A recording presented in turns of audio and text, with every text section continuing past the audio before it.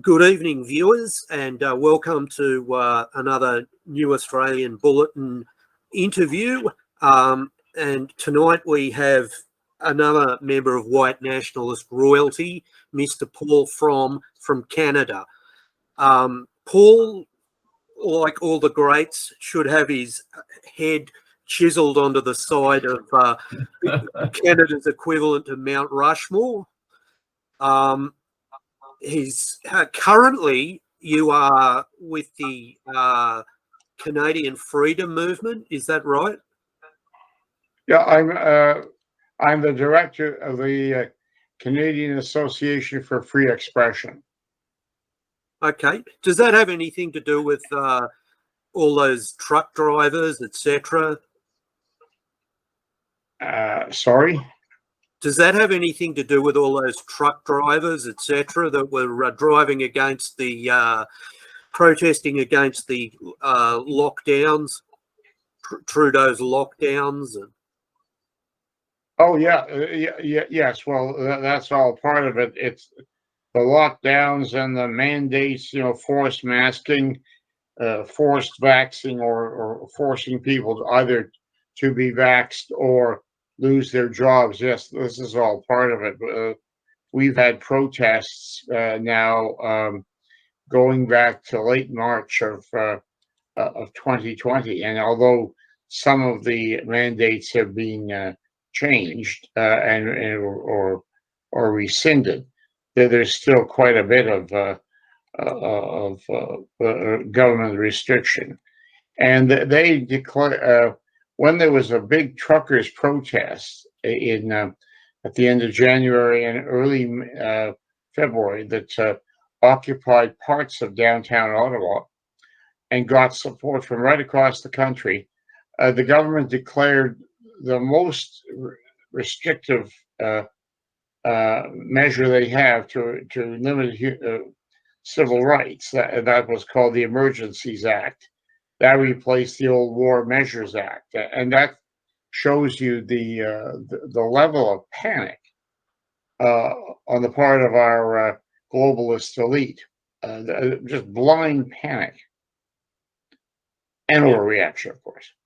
And of course, we're seeing a trend following that Canadian trucker example picked up in Holland by the farmers there, and even in Italy and in Holland, they're actually, in one instance, flying the Canadian flag in acknowledgement of the origins of that particular style of protest.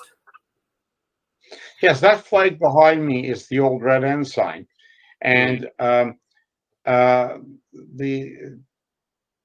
days ago, our Minister of Diversity, his department, get that, Minister of Diversity. Yeah. Well, he's pretty diverse. He's a Somali refugee. He came here when he was 15. Anyway, his department funded a booklet that's to the tune of a little over $250,000. It's to be used in schools, and it's to fight hate. Well, it's not a matter of fighting hate. They never mentioned radical Islam. They never mentioned radical environmentalism that involves, in some cases, terrorism. It's all basically about fighting white nationalism. And among other things, they say that flag back there, under which our soldiers fought in 2 world wars and Korea, is a hate symbol. And so there's been a huge protest against that. We had a protest outside the minister's office last Tuesday, and there have been other protests. Veterans have protested, and so on. What they're trying to do is to eliminate, as much as possible, old stock Canada. That's a term our Prime Minister Justin Trudeau, we call him the trust fund kid, absolutely hates. In fact, he hates old stock Canadians. That's why Trudeau is always apologizing. He's always apologizing to some minority or another, but not for anything he's done. It's all about the past. For instance, there's been a huge issue for several years about the so-called residential schools. And that was a program begun in 1880 by the Dominion government and carried on up until the late 70s, on and off. And it was an effort to try to educate the native Indians.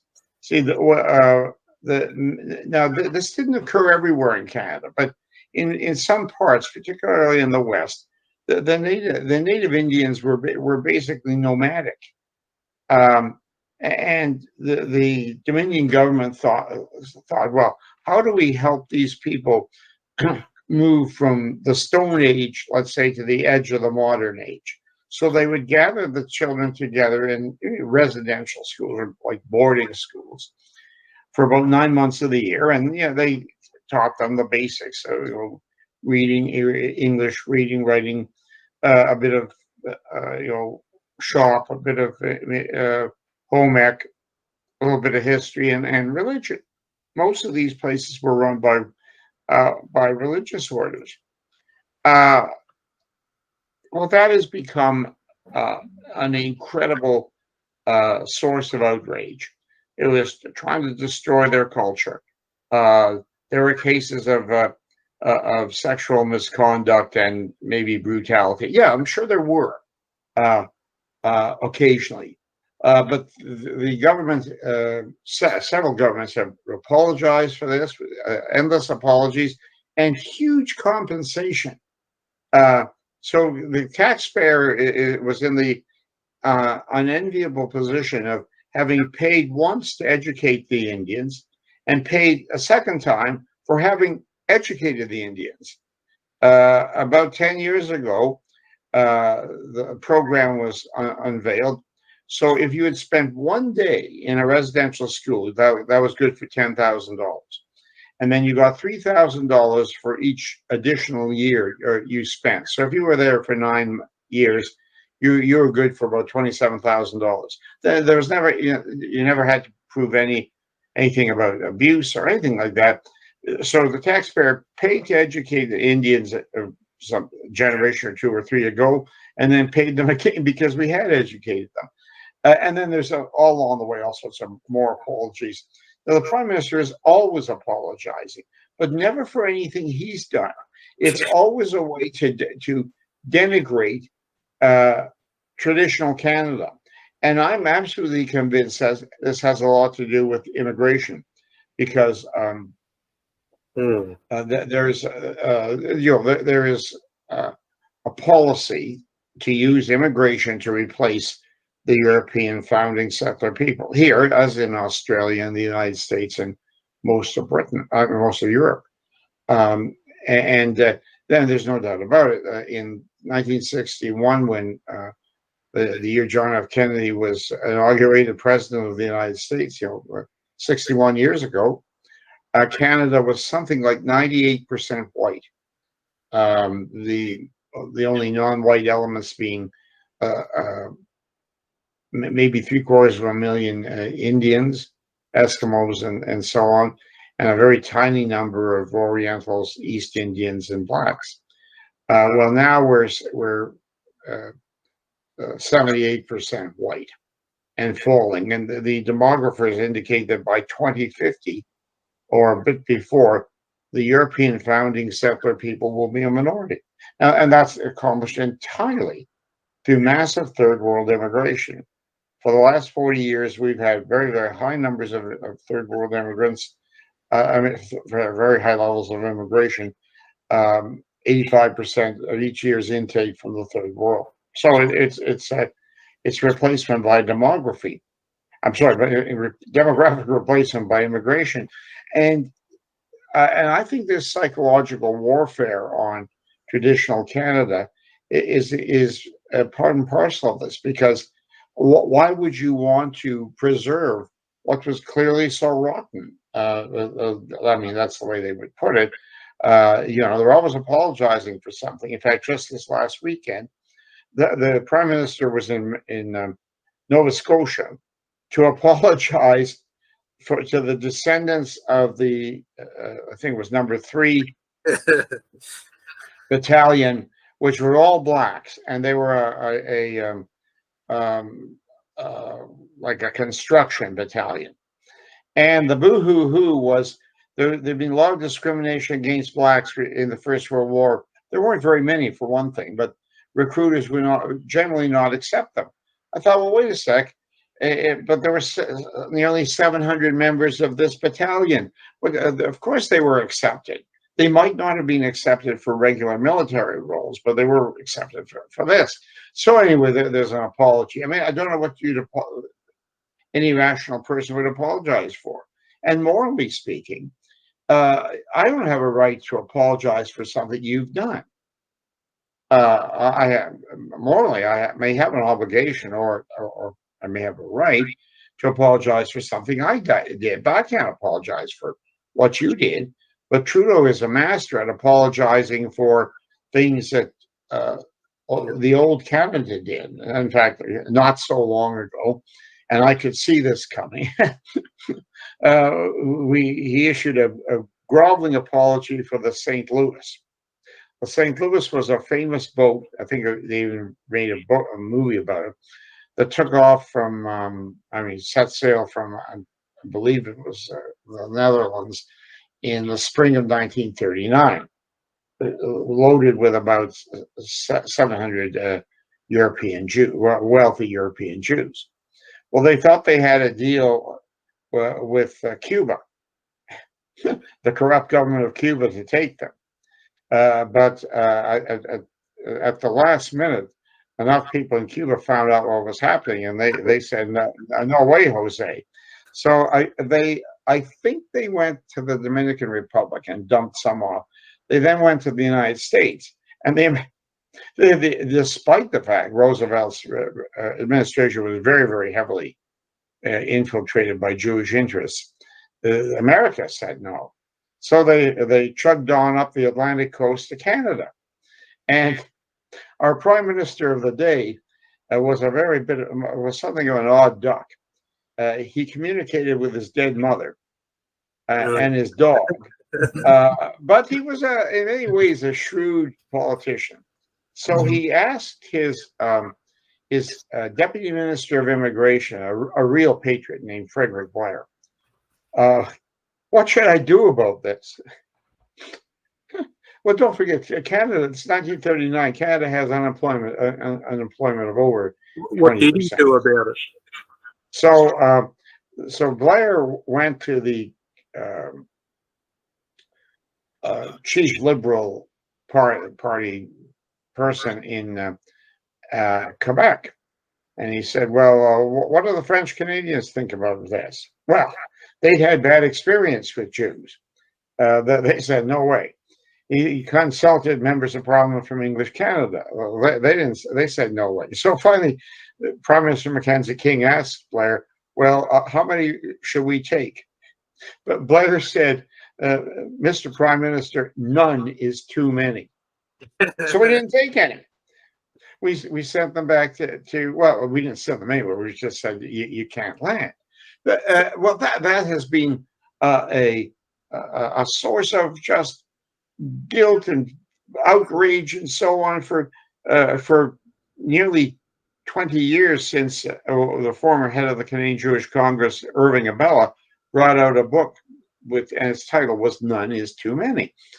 But there's no reason to apologize. We had 20% unemployment. The prime minister, as quirky as he might have been in those days, really put Canada and Canadians first.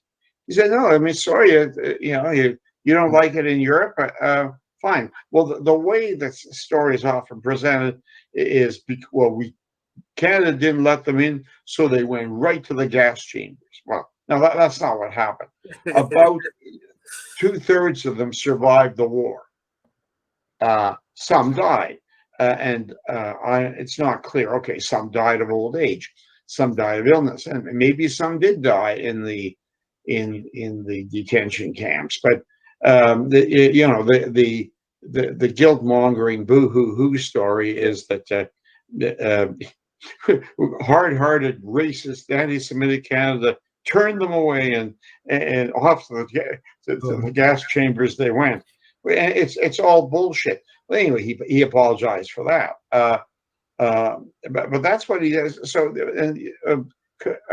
well, incrementally, if you didn't know your history, you would get the impression there's nothing good about the old Canada. We were terrible, so why would you want to preserve it? Anyway, that's the psychological warfare we're involved in.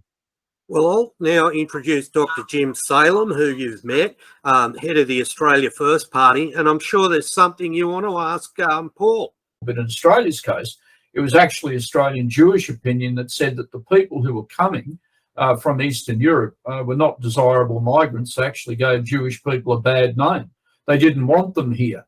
So it's one of those things where, to me, they're choosing propaganda, sometimes groups favouring the human rights industry and whatnot for their own advantage. The Jewish lobby back in 1939 was not nearly as powerful as it is today. Many of those Jews had only been in Canada for under 20 years. They hadn't developed the strength that they had today, but they lobbied pretty vigorously, and of course they managed to attract a certain number of fellow travelers, some Christian churches, etc. But in 1939, a Canada First approach prevailed, but it's being used as a source of reproach and guilt, at least for the last 20 or 30 years. Part of the tirade of denigration that is aimed at traditional Canada. Just horrible, racist, anti-Semitic, and unfeeling, and hard-hearted, and boring, and it seems, as you'd remember from our conversations many years ago, Australia and Canada have very parallel attitudes from officialdom towards immigration. Our immigration policy was changed, as you pointed out, at a certain time. There were powerful lobby forces that argued for this change. And ever since then, any idea of Australian identity has been denigrated. And in Australia's case, there's a very false propaganda that's also constructed around our Aboriginal population. Yes. And Europeans are held responsible for horrendous crimes and so on and so forth. But one very interesting thing, and I don't know if this is a parallel with Canada, but any Aboriginal person I've ever met has never been friendly to the idea of refugee immigration or immigration to Australia from Asia or such like. I've heard comments from Aboriginal persons about other ethnic groups that you'd regard as racism if you're in the Human Rights Commission. Essentially, this minority of people was never asked over United Nations declarations on refugees. They were never asked or consulted by the Australian governments on immigration levels. I don't think anyone dares. And yet, when they open up Parliament, they have a fake mantra of honouring Aboriginal elders and so on and respecting the land. But at the same time, they intend virtually to cleanse them in favour of third world migration. I must ask you, is that the same in Canada? Is that the same logic you're seeing? Well, it's the same policy of replacement, and some of the Indian leaders are perceptive about that. There was one who got into a lot of trouble with the government some years ago, Chief David Ahenekyu, and he was openly very critical of third world immigration. That's not why he got into trouble. He got into trouble because of some thoughtless remarks he made about Jews in World War II, and all hell broke loose. Ahenekyu was basically anti-white, and for years he was the chief of the Assembly of First Nations, and he did a lot for the Indian people. and he would regularly make fairly anti-white comments, and the press loved it. Isn't the chief, in fine form today, and so on. Well, then about 15 years ago, he thought he was in a private conversation with a reporter, and the reporter Henneque was recounting some of his experiences. He was in the Canadian Army, and he'd been in Germany in the 1960s, and he said something to the effect that what he was told is that Hitler had to fry those Jews because they controlled everything. Now, I don't think it's historically exactly accurate that they didn't control everything, but it's what I call bar talk. In a bar, you often make statements in a very broad way. All Americans are, this or that, or all Brits are arrogant, or I mean, this is not scholarly talk or whatever. Well, all hell broke loose, and poor old Henneque was abandoned, although he'd done a great deal for the Indians. The Indian leadership was told, if you don't drop him, all these big fat grants that you get are going to stop. So he was isolated, and only a small number of white people, his own small band, and the great Canadian free speech lawyer Doug Christie defended him. And long story, but in the end, he won on appeal. But Henneque could see that Indians were treated far better by guilty European whites than they would ever be by, let's say, if the new majority in Canada is to be, let's say, Chinese, or some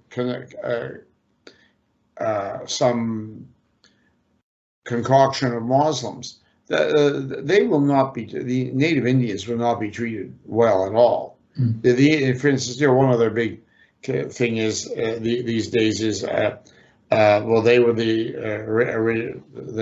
this is their land. They even call it Turtle Island, and somehow it was taken. It actually wasn't taken. In most cases, it was purchased, but or ceded by treaty. And they're entitled to all these special privileges and special subsidies and so on. I can see that a hard-nosed Chinese-dominated government is going to say, well, no, that was all between you and the Europeans. We're in charge now, and you'll be treated the same as anybody else. No more special privileges, no more special handouts. And the smart ones can see that. Any of the people being brought into Canada are not going to be susceptible to the guilt mongering that our leaders use to get us to agree. Well, actually, to justify all sorts of handouts and apologies and so on. That just isn't going to happen. Smart Indian leaders know that. They've never had it so good as they have it now. But they don't speak a lot about immigration, unfortunately, because their voice would be helpful. You were talking about the Christian schools before, but there's an infamous incident that's been exposed as a fraud, Kamloops, Indian. Yeah, that was the native band, the band out there claimed that they had found, I think it was 216 or 18 unmarked graves near the residential school that had been there. Now it was closed in about 1970, I think. A reasonable person would say, well, why did it fall into disuse? It was on your land. Why wouldn't you keep the graves up? But anyway, what has been found is some disturbance It's not being excavated, so it's not even sure there are 218 graves. But even if there are, well, actually, the media reported it as a mass grave, and you got the impression of a pit dug and bodies tossed in and covered over, probably because they'd been murdered. In fact, whatever graveyard there is would reflect about 80 years of use, and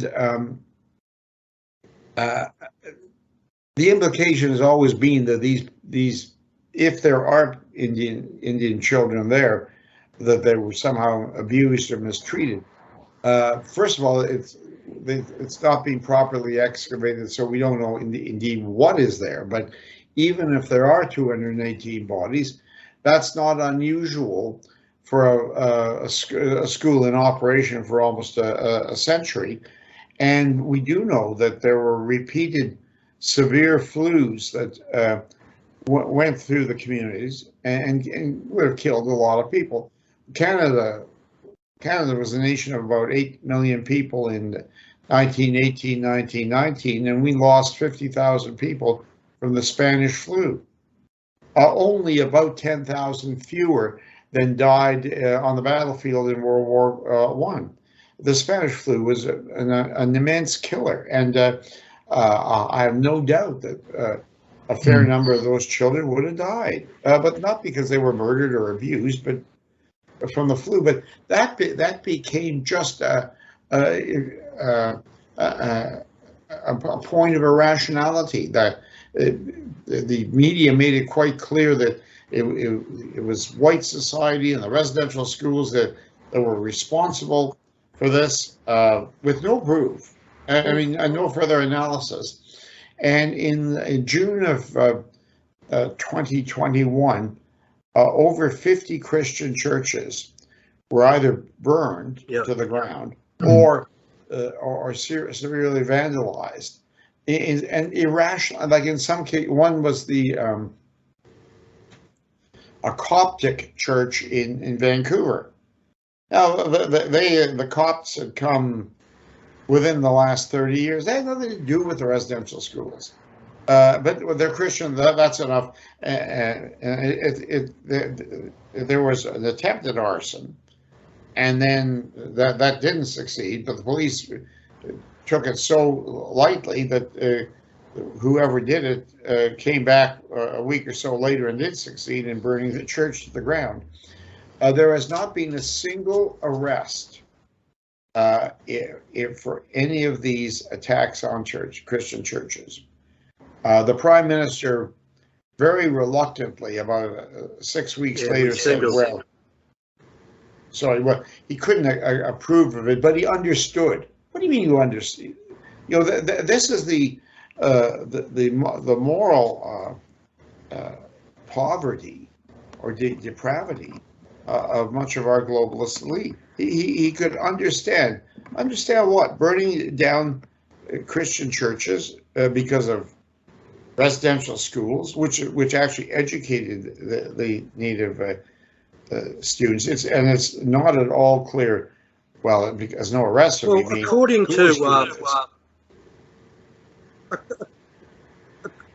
to the New York Post, as of May 27th this year, it says that there's no actual proof of remains in the ground. They haven't actually excavated it. No. Nothing has been taken out of the ground so far, according to a Tekelups, I can't pronounce that Indian name, spokesman, but it's obviously some concerned tribal member. So you've got a hoax or something that was completely misapprehended, and the following destruction of the churches was tacitly given approval by the authorities. Yeah, the fact that nobody has been apprehended. Now, as inept as the police might be, that's hard to believe.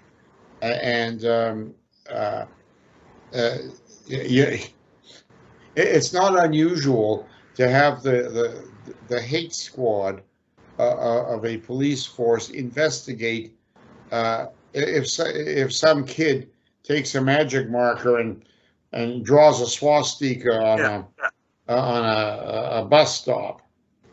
Yes, in a more sensible society, it's nothing more than juvenile heavy vandalism. But well, they'll investigate it. We've got such a politically correct, pseudo dictatorship. Police wasting their time on that, but apparently having trouble getting around to actual arson. Well, this is a question I could put to both of you. Obviously, there's no end to following around these liberal atrocities and these deficiencies of logic and reason that go into these liberal movements. At what point do you just stop trying to present reason in response to them and just stand up and say, no, not anymore? No, Black Lives Matter. No, a woman is a woman. No, children do not belong at drag shows. We cannot be come like the Conservatives have, who just allow themselves to get moved further and further to the left with a sort of appeasement of this this scourge, which is clearly a globalist agenda, and we know it is because Davos has said as much, and yet we find ourselves just running around in circles chasing after the latest bit of liberal nonsense. Jim? Well, look, Australia is absolutely blessed with all of that. The fact is that not a day goes by without some outrage being put forward by liberal society, one form or another. I think there is an increasing resistance amongst people. I think it started in different ways, denigrated by the media in every way. For argument's sake, on one of those points, Australian women protested at the presence of so-called transgender women in female competition. That spread to the whole sports arena, so to speak. Also with discussions of Aboriginal issues. We found a lot of Aboriginal spokesmen coming forward and pointing that the real issues are the destruction of Aboriginal lives inside the communities by alcohol, by drugs, by sexual crime. All of this liberal chatter about voices in the Constitution and so forth doesn't actually change the ways in which Aborigines live. There's a lot of signs that there are people who are resisting. When we had the lockdowns in Australia, the media went to town, of course, talking about, and there were some rather silly people talking about the vaccines. A lot of nonsense got sprouted. A lot of truth got told too. The media doesn't talk about that. But when mass workers' protests broke out on the streets of Melbourne, I don't know if Paul saw that, and a large, energetic, I won't use the word mob, that's the media word, I'll say crowd, of workers actually stormed the office of a notorious trade union that was attempting to stand over workers on all of these issues. The media realised that they couldn't put it on white supremacists, they couldn't put it on conspiracy theorists, because they were dealing with a huge mass of ordinary people. That seems to be the Australian case now. There is an awareness across the board that we're being, if you like, shuffled like sheep into the pen. So I don't know what the situation is in Canada. I'd love to hear it. Well, yeah, there's a phenomenon that started in March of 2020. You might broadly call it a freedom movement.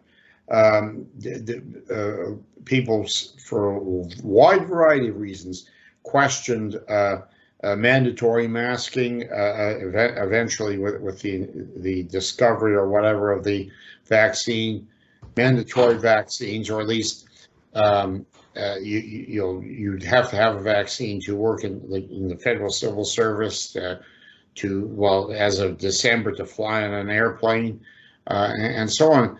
And the general intrusion into people's civil rights. And a lot of these protests, and they've gone on. I mean, even though a number of the restrictions have eased, these protests go on in most major cities every weekend, and this is unprecedented.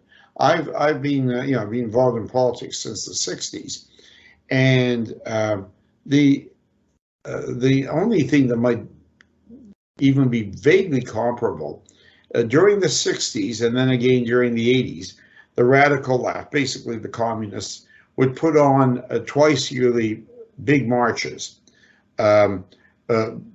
so-called peace marches, and they would organize for months for their twice yearly march. But there was nothing which would occur in most major cities, but there was nothing comparable to this every weekend, week after week, and it's brought together a very interesting group of people: white nationalists, libertarians, New Age people who are leery of traditional medicine and so on, a wide variety. And with the truckers' protest in late January and early February, they really showed their strength. There were thousands of people who came up with the trucks, and others just came up to be with them.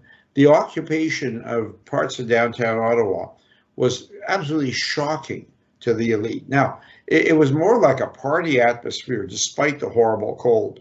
They had hot tubs, they had barbecues, they had, but the media, it was almost like a dirty tricks operation by, Canadian intelligence. I don't doubt it was. Before they even got to Ottawa, the party line was that they were violent, racists, misogynists, a fringe element. And the Prime Minister said that. Yeah. Anyway, they raised, through a GoFundMe, $10 million in 3 weeks in January.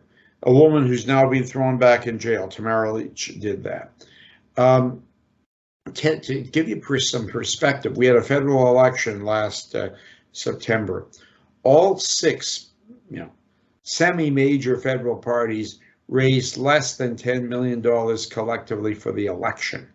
Now they've got, with all the fundraising, techniques they have, they still raised less than the truckers did.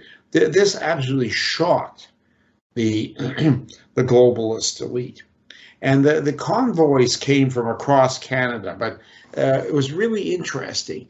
The turnout of support when they would be coming through a small town or a city, people would gather. It was, for most of Canada, it was freezing cold there in January, and they wait for hours till the trucks came by, cheered them on. If they stopped, they'd give them bundles of food and money and supplies. I've never seen an outpouring like this across Canada. It wasn't just regional. It wasn't just a faction here or there. When they rolled into Winnipeg on the prairies, a local group of Hutterite women from the Hutterite colony outside of town said, well, we will give them a big supper.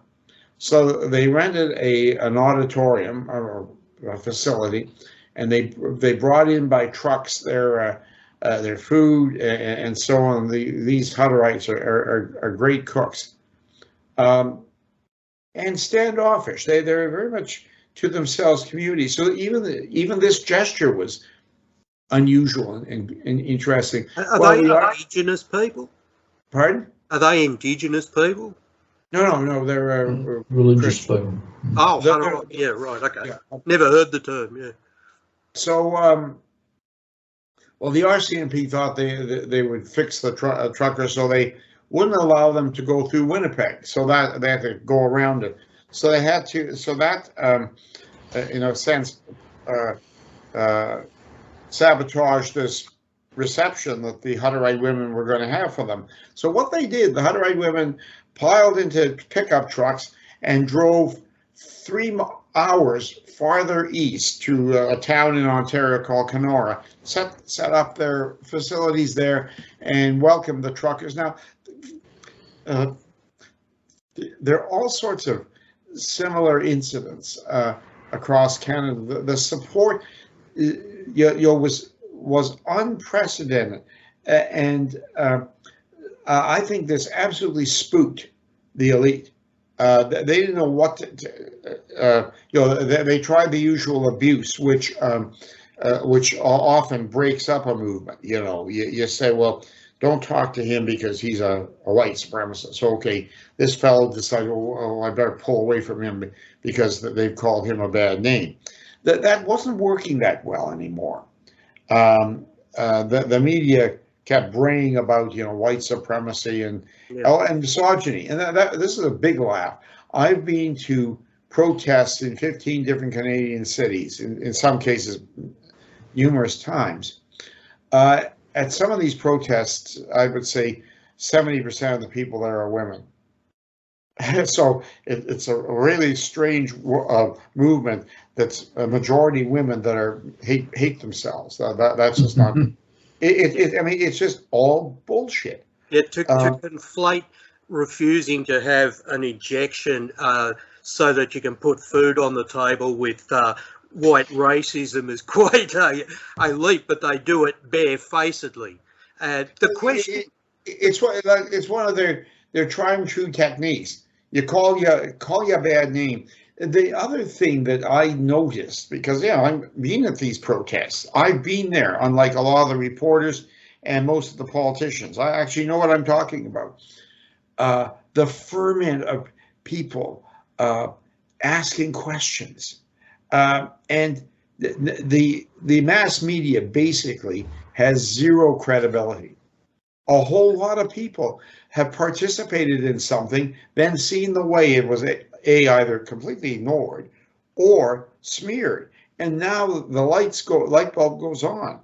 You can't trust the media, and that is a huge step down the road to enlightenment. And it's amazing the ferment, the exchange of ideas and information, and to the extent I think they have any idea of what's going on, the globalist elite are really worried. Do you have a question, Jim? Well, actually, very interesting. The amount of political repression that you're alluding to in Canada, we have it here. A lot of people imagine that Australia is a very free society, and traditional Australians have had a reputation for what we call larrikinism, anti-authoritarianism and whatever. But the fact of the matter is we see Australia as a very repressive place. But obviously you're painting a picture of Canada. If I can lead in, you mentioned the RCMP, the Royal Canadian Mounted Police, for the uninitiated. I remember when I first found out that the Mounties were a political cop force, I was astounded. And yet that seems to be what you have now. Yes, basically political policing and a political justice system. The woman who was single-handedly responsible for raising a little over $10 million.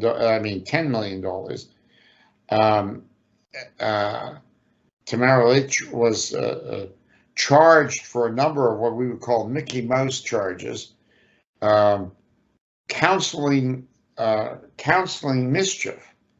I'm not even sure what mischief is. Public mischief is usually petty vandalism. You know, if I scrawled a dirty word with a magic marker on a property that isn't mine, that's mischief. But anyway, she was charged with a number of those counts. She was denied bail at first, eventually did get bail, which among other things required her not to communicate on the social media. You know, Twitter or Facebook.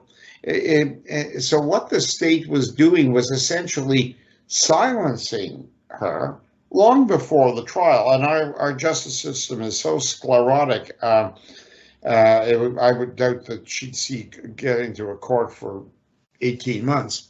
So she appealed the bail conditions, and they were reduced. They were modified somewhat. And then she received a Freedom Award from the Justice Center for Constitutional Freedoms. And the globalist elite were outraged. I mean, this person was a bad person. She was one of the leaders of the Trucker Freedom Convoy. She was supposed to be shunned and ostracized. Instead, she was given this award, and it's actually given in Toronto, but then there are other ceremonies for her in Calgary and Vancouver. So she was a real personality. Well, then a week ago, a little over a week ago, before a big protest on our Dominion Day, July 1st, she was the subject of a cross-Canada warrant for breach of bail conditions. The breach of her bail condition was allegedly at one of these award ceremonies. She was in the same area as another one of the organizers, and that was part of her bail condition. She was not to associate with these people. She was the subject of a cross-Canada warrant. Now, normally a cross-Canada warrant would only be issued for a murderer or, you know, serious maybe bank robbery or something like that. A Mickey Mouse offense like breach of bail conditions. So she was duly picked up. She's now in jail in Ottawa. There will be further court action further action by her lawyers to get her bail again. But we have an intensely politicized justice system. And these issues are just strands. There's many strands. We watched the documentary "What Is a Woman" recently, and that covers the debacle that is the trans movement. And one of the stories told within that film was about a Canadian man whose daughter was against his wishes, his daughter was granted a transitioning in the hospital system, and he actually found himself arrested for not using her proper pronouns, and he's not allowed to communicate with his daughter. He's for not using her chosen pronouns, a form of address that didn't even exist 10 years ago has to be punished so hard.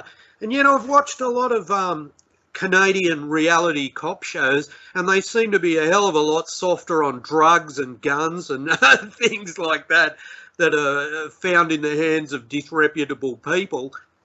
And yet a man who's looking out for his daughter is, you know, it's incredible what's happening there. We spoke to Jared Taylor recently, and Jared said all of it began with anti-whiteism.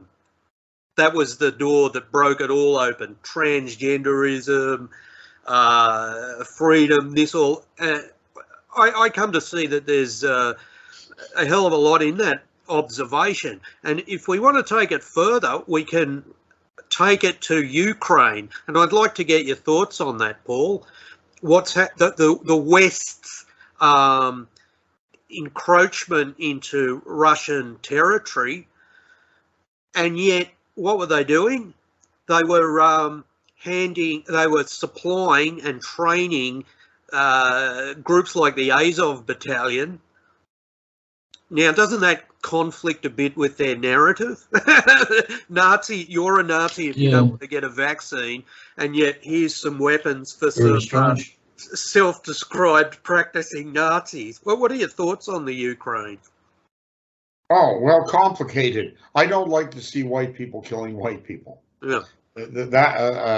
I think if we could have learned anything from World War I and II, is that they were a disaster for us genetically. Yeah. You know, I mean, just on one very basic level, maybe a generation ago, I used to know a fair number of British vets in World War II, and they were immensely proud that we beat the Jerrys. And even then, I thought, okay, you beat the Jerrys, and now you've got cities in England that are overwhelmed by Muslims. Places in the north of England, you'll be awakened by the howling from the local mosque. So you beat the Germans, who were never going to invade you anyway, and run you, and look what you've got. The order that you welcomed in is basically replacing you. Maybe it would have been better if, hypothetically, the Germans had invaded and they put in I mean, it couldn't have been worse than this. At least you'd all still be Europeans. But now about the Ukraine. So yeah, I start off with not liking to see white people kill white people. As they say about on these dating sites, it's complicated, and it is complicated.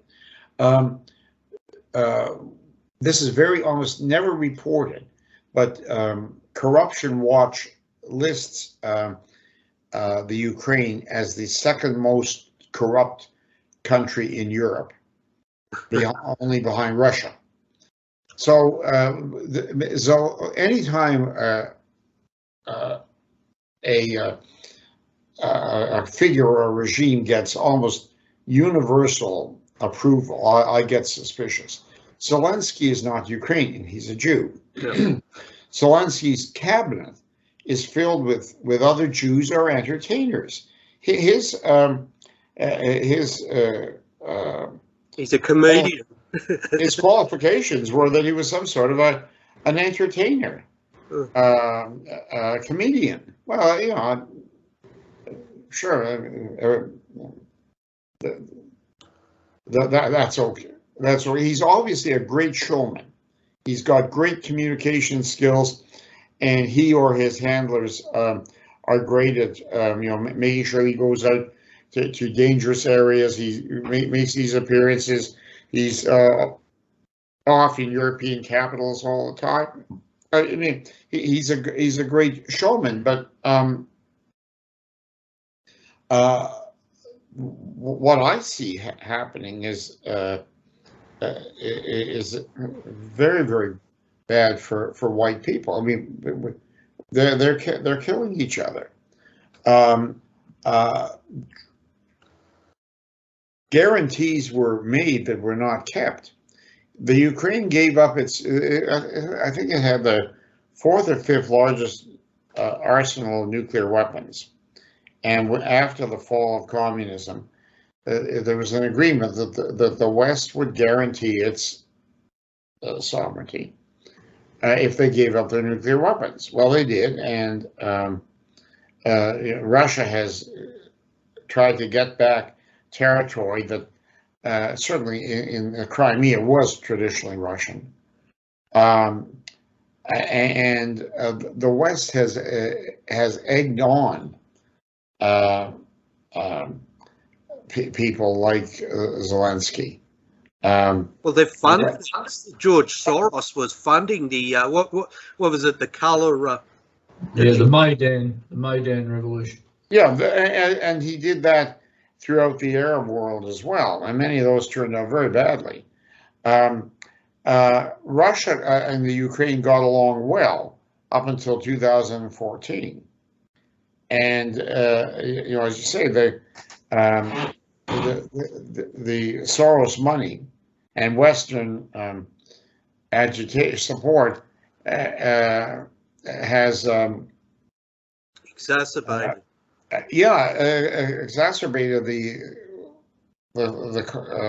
the tensions, and there is the Zelensky has brought a very left-wing order into the Ukraine. For instance, he's suppressed almost all of his opposition. So when people tell us we're fighting for democracy in the Ukraine, well, not really. It's a bit odd, though, isn't it, Paul, when you get a group such as the East Europeans that have a sort of fanatical, let's call it Nazi culture, because that's how they describe themselves. What are they doing being led by a Jew? Well, it's very ironic. And he has pushed the LGBTQ agenda, gay pride parades, and so on, which don't go down that well among most East Europeans. So he is the agent of the globalists, trying to make the Ukraine into a nice left wing. Well, Jim, when it comes, there was one report that came to me today off a French website, a nationalist one in Paris, which, if true, if it can be verified, I think says absolutely everything, and it leads to what you were saying, Europeans killing Europeans. You'd remember that in the Second World War, the notorious NKVD operated an agency called blocking battalions. They placed them behind Soviet lines. If any attempted to withdraw, they were shot. And it was a ruthless way. It was a ruthless war, terrible war on both sides. Both sides committed crimes. The NKVD also committed crimes against its own population. Reports that the Russians are sprouting are that the Ukrainians are also operating these blocking battalions behind the regular Ukrainian forces. And if any Ukrainian forces attempt to withdraw, they're shot at by these people who ironically happen to be, as other commentators have said, these so-called Nazis, these Azovists and others that operate in Ukraine. They're the ones doing it. And in Mariupol during the siege, there was a lot of stuff about people being, trapped underground and all of this. But these people refused to surrender. They could have surrendered. As we know from history, for argument's sake, even the German commandant in Berlin after the death of Hitler decided that it wasn't worth defending. It was bad enough to surrender, but it was even more evil to carry on fighting. So he surrendered the city. These people continued to fight on long past any possibility of anything and terrorised people to stay with them in captivity. They used human shields. But if these stories of blocking battalions are true, there is some evidence that Ukrainian troops have actually surrendered to the Russians. It may be that a lot of ordinary Ukrainian soldiers don't want to fight this war either. And if given an opportunity, maybe this is the thing that Zelensky and his clique fear, that the Ukrainian military, the ordinary Ukrainian patriot, has a deep love for Ukraine. He doesn't necessarily want his country to be invaded either. But maybe he might be the ultimate answer to the problem. Get rid of Zelensky and his Western clique and attempt to make peace. And that would be what I would consider a very viable outcome. But I think it's necessary to verify whether this story of Azovist blocking battalions is in fact true. Yeah, I agree with you. I don't have a simple solution, but I really feel we should be neutral. Yeah, that's correct. And one of the things that really bothers me is the Canadian government's on a fanatical, piling aboard with the sanctions. But seizing the bank accounts or property of a growing number of Russians, supposedly oligarchs, but not just oligarchs, people who have some role in the Russian government. What worries me about that is, if you don't want these people's money or investment, fine, ban them. Just say, no, just like I think we should not allow Red Chinese to invest in Canada. I don't think they should be allowed to invest in a corner store, let alone into some of the big industries they have. Fine, tell them up front, we don't want your money, you stay home. But having accepted their money, I consider theft. And they did the same thing when they brought in the Emergencies Act for, I think it was 9 days, to try to smash the Trucker Freedom Convoy. They froze over 250 bank accounts. They basically stole the people's money. They stole one of the two GoFundMe, or one of the two online funding programs. And when I say stole, they prevented the distribution to the truckers. Yes. So what GoFundMe did was it refunded to the donors the money, but it was still stolen from the truckers. Those donors had given the money to be used for the truckers' freedom protest. The truckers didn't get it. Well, when the government can interfere with people's bank accounts like that, or interfere with that, I think that's very dangerous. And when I hear this being done, we're standing up for democracy in the Ukraine. I'd like to see it's laughable.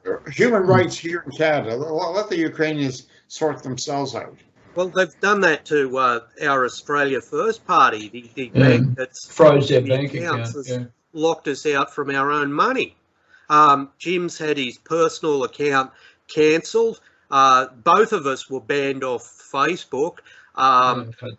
There's been a hell of a lot of government intrusion, and so it's hard to see these as being peculiar just to each of our countries. It's not. It's interconnected. And you'll notice if we look at the spy program that all of our countries link into, that seems to be a connecting thread, doesn't it? The Five Eyes. We've got US, Britain, Canada, and for as much as New Zealand matters anywhere, New Zealand. The next thing is hunger, right? The next thing they seem to be attacking is food. There's stories out of the US that a number of food processing plants have been burnt to the ground and have been destroyed in circumstances never expatiated on. We're being fed propaganda about eating bugs by the World Economic Forum and the benefits for humankind. What we're seeing in Holland, etc., is not anything to do with nitrogen, the use by small farmers of nitrogen. It seems to be to curb farming in general. This business that the Ukraine's impacted Western food distribution. Well, there's some evidence, there is a tightening of food issues in the world. Tightening? Well, I've got a lot of problems. Tightening's the like a python tightens itself around a small dam. For argument's sake, many people pointed out that in the Indo-Pacific, the US in particular wants to defend Taiwan against China, etc. It's got an interest in computer chips and all of this. Then we find out the other day that the two main minerals that are necessary for computer chipping, neon and palladium, 90-odd% of the world's production of those minerals comes from two countries, Russia and Ukraine. And there must be linkage here. All the way along, some people argue, and I suppose they're right too, that political progress for any minority cause and the defence of traditional societies is at the moment a minority cause.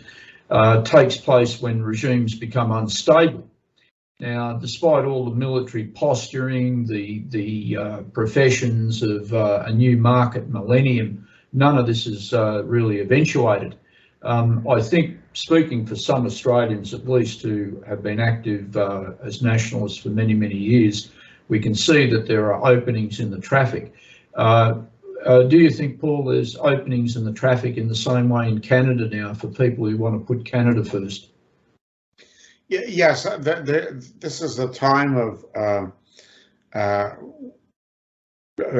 growing lack of faith and cynicism. As I was saying, the people that I met at these various end the lockdown protests, in many cases have experienced a tremendous growth of insight in their lives in just a few months. I guess what has happened is that once you realize you've been lied to by people you trusted, like the media or the politicians, on one point, you become a lot more open to questioning another point. I know somebody who's done time in jail in Germany, although he was actually born in Canada. He said, I was sort of a go along, get along liberal up until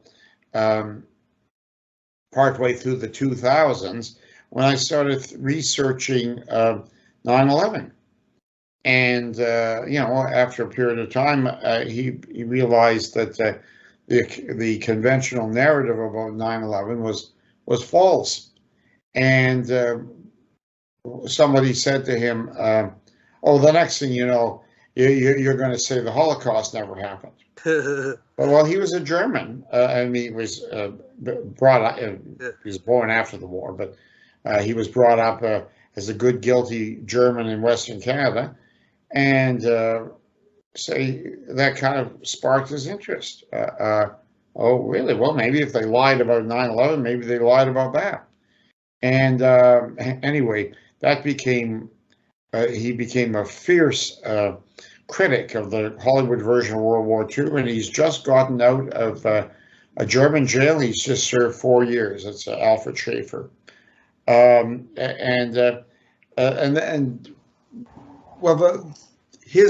his intellectual growth and development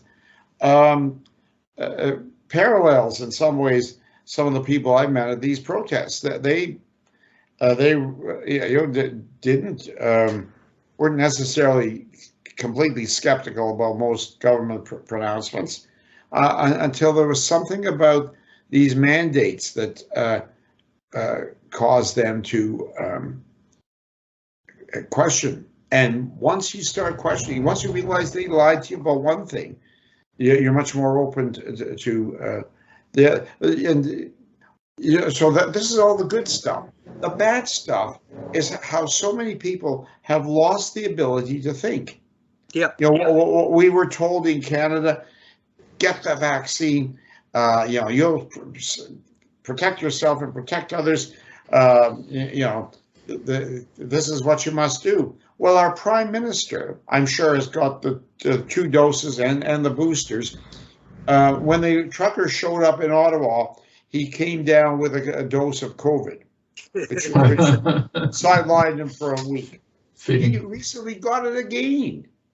I would think, wouldn't it strike the ordinary person that here's a guy who's been vaccinated and boosted and all that. If he gets COVID twice in a 6-month period, does that mean the vaccine isn't very effective? Well, if it's not very effective, why would you force me to get it? There's also the possibility he was lying. He just didn't want to confront the situation. I just got over COVID, and can I say it is the weakest form of the flu I've ever had. I don't think I've had a flu weaker than that. There wasn't even a running nose. There wasn't any of this. And I'll be damned if I'm going to let them jab that glowing serum into my arm when Pfizer is free of any liability thanks to the FDA and the American government. And when you look where the money goes, from all of these companies, it looks like the biggest, forget Bernie Madoff, this is the biggest scam that's ever been perpetrated. And then you turn on the news and some healthy sportsman's dropped dead in the middle of the field and he's died suddenly. This strange, and that's now, it's a form of death apparently. Sudden adult death syndrome. Have we been infantilized enough?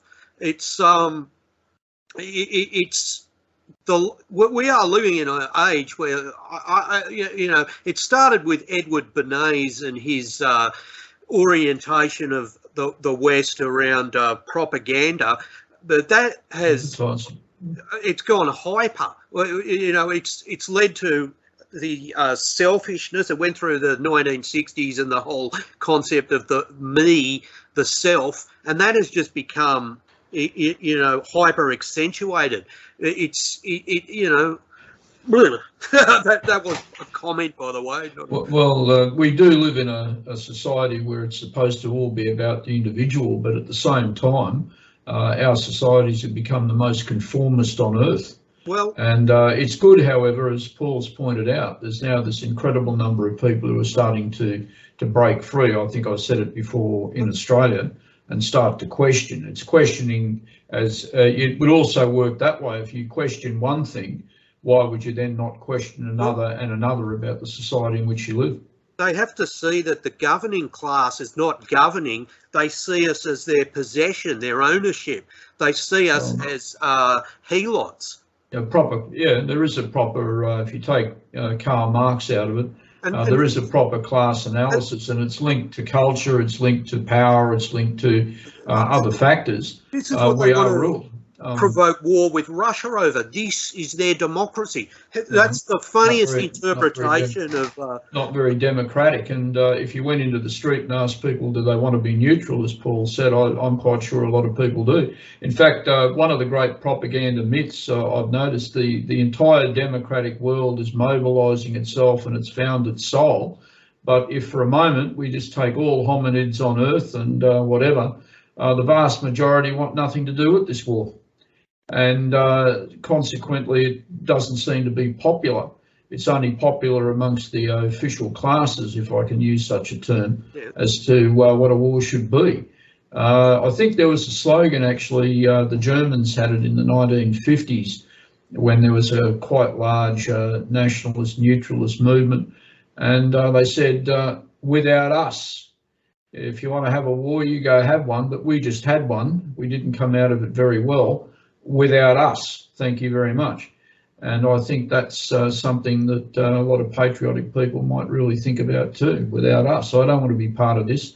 We Australians, Paul, we have our legitimate nationalist grievances against China, but be damned if I'd want to see my son or my grandson sent to a war to save Taiwan for a global trade system. That's an entirely different war. And that wouldn't be one I'd want to fight. I'm quite sure you'd be the same. Well, Paul, can I just ask you, is there still fight left in the freedom movement over there?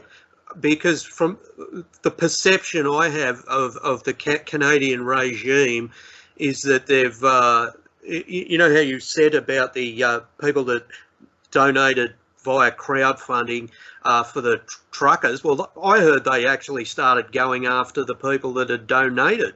Now, is there still fight left in the trucks? These protests are continuing.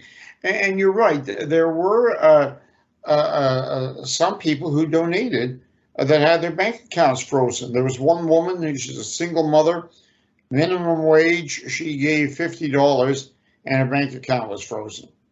But that had a tidal wave effect when people started realizing bank accounts could be frozen and the banks couldn't be trusted. The banks are just loyal flunkies of the government.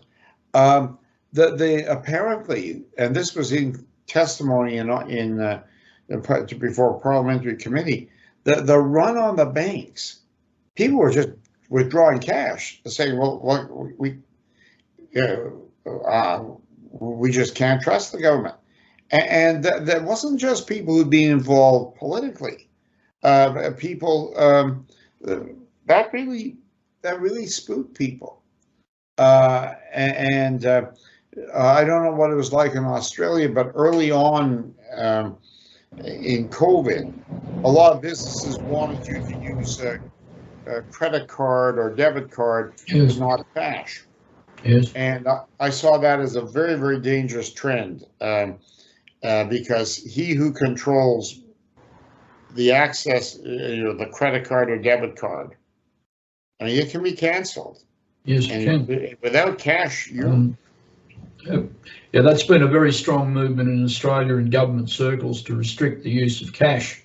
And there have been attempts to suggest that no cash payment more than $5,000 should be allowed, things along that line. And even the withdrawal of the $100 note, because it said that it assists money laundering. They want to take us back to $50 notes. So there's been a lot like that here. And I think a lot of Australians have noticed this. They might not understand what it might mean in terms of repression or societal control, but they have noticed it. It's strange. It's something they've never thought of before. And as you've said... But the irony of that is, if you switch to what cryptocurrency was intended for, you undermine that system, you decentralise it. And that, yet again, is a cashless... is a cashless system. Well, gentlemen, we've been speaking for well over an hour now, and it's been a joy to speak to you, Paul. So. And I hope it's been good for you, two old comrades from across a very wide pond to catch up. Indeed. Well, I was going to ask you, Paul, just for the benefit of any Australian listeners, are you thinking of coming back to Australia at any time to speak? Well, if I have an invitation, I will. And if your government lets me in. That might be a problem. And since you were here last, the great joke is I got banned from New Zealand a number of years ago, which the Kiwi friend said is truly the pits. But I'm quite sure getting a visa for you would be a little bit more difficult. But maybe in 2023, there may be something we can do along that line. I would like that. Of course, I really like my 2 trips to Australia, and yeah, I would be very glad to come. Last time it was, well, problems were, obstacles were raised, and the 2 times I entered Australia, once the first time, and then when I went to New Zealand and came back, they gave me a hard time, but I did get to stay. So I guess it's in the hands of the gods or Allah or whoever's running whoever it is. Well, we'll see what we can do. In fact, I think that there are a number of speakers from other countries who would like to come to Australia, have a very positive message, and I'll make sure we exchange our email addresses off air, and we'll enter into a correspondence about that. So thanks for talking to me. I know our host has been very generous in putting it on. And I look forward to speaking to you in the flesh, as they say. Yes, and could you send me your mailing address? Yeah, we'll do that. Yep. But it's good to see you again. It's good to meet a new friend with Nathan. And yes, let's do this again. And I think we've sort of solved the technological problem. Hopefully so. You never know in this world. My usual solution to these technological problems is to get a hammer. I mean, well, that works. The Luddites had something to commend them. Okay, well, thank you.